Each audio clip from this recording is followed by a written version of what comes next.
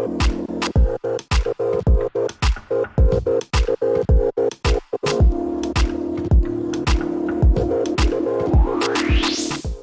and welcome back to Nail Chronicle. This week I have part 3 of my 4-part glamour series. If you haven't already, make sure you hit that subscribe button so that you can be notified as soon as part 4 is live, which will be next week. So this design, I decided that I wanted to do a French tip that was a little bit different. And I remembered that I have a stamping plate that I haven't used before. It's been in my collection for a while. I've just never got around to actually using it. And so, and it featured like a bunch of French tip designs like swirls and flowers. And so I thought this would be the perfect plate for this design. I started out with the purple polish initially.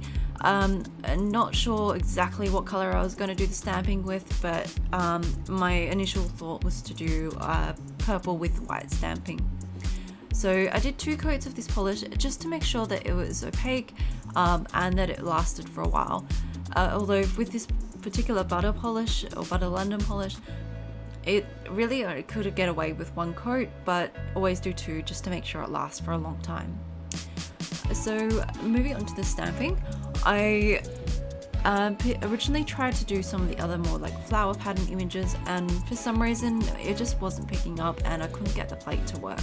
So I decided to change the image and move on because I didn't want to be stuck all day on this particular one, and it wasn't the day for it.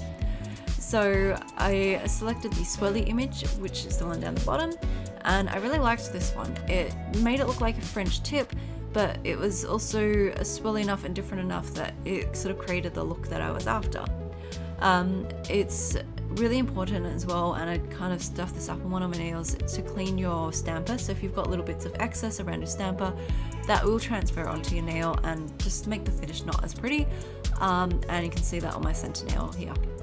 So I highly recommend either using a lint roller, which is my preferred option, or some tape if you want to get like a bit more precision, and sometimes your scraper will even work to pick that off, and that way you've got a nice neat finish. The only other thing I would have done differently is put the image down a little bit lower, even if that meant cutting off the image. I was trying to keep too much of it on my nail, and so I ended up with a bit of a gap at the bottom. It wasn't super obvious, but you could definitely notice it was there. So for the second image, I then moved on to a middle one, which is, I'm just going to call it like a patterned image, and it wasn't my favorite out of the set, but it still looked kind of cool, and it created that French tip look that I was after. The other thing is to make sure you never get acetone or nail polish remover, depending on what you use, onto your stamper.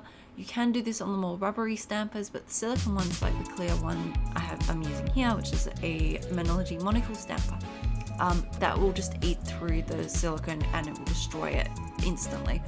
I've learned that the hard way, so definitely do not recommend doing that. The other way to clean your stamper, depending on how fresh it is you can just put it onto your stamping mat, and quite often that will actually just get off the excess and remove it as well. So you've got a bunch of different options to actually clean your stamper. The other thing is, if you're having issues picking up the images, try a few different techniques. So I did try a few different techniques when I had my issues, but it wasn't happening. But you've got the rolling technique, which I'm using here. You've also got the just press straight down, so you just push down onto the onto the stamping plate. And so you can also roll in different ways. So maybe rather than going left to right, go up, down to up, or up to down. It just depends. Sometimes you'll find something works. It's a little bit at random, and I think it's just a bit of the way that the plate has been sketched out. So I just kept going along. Once I was happy and had all the designs, I applied a coat of Maniology's smudge-free top coat, and then just another clear top coat over the top just to seal in the design. So I hope you found this useful. Let me know in the comments what your favorite stamping tip is, and if you've got any questions, don't forget to hit that like and subscribe button so that you can be notified of when part 4 is out. Anyway, until next time, I'll see you then. Bye!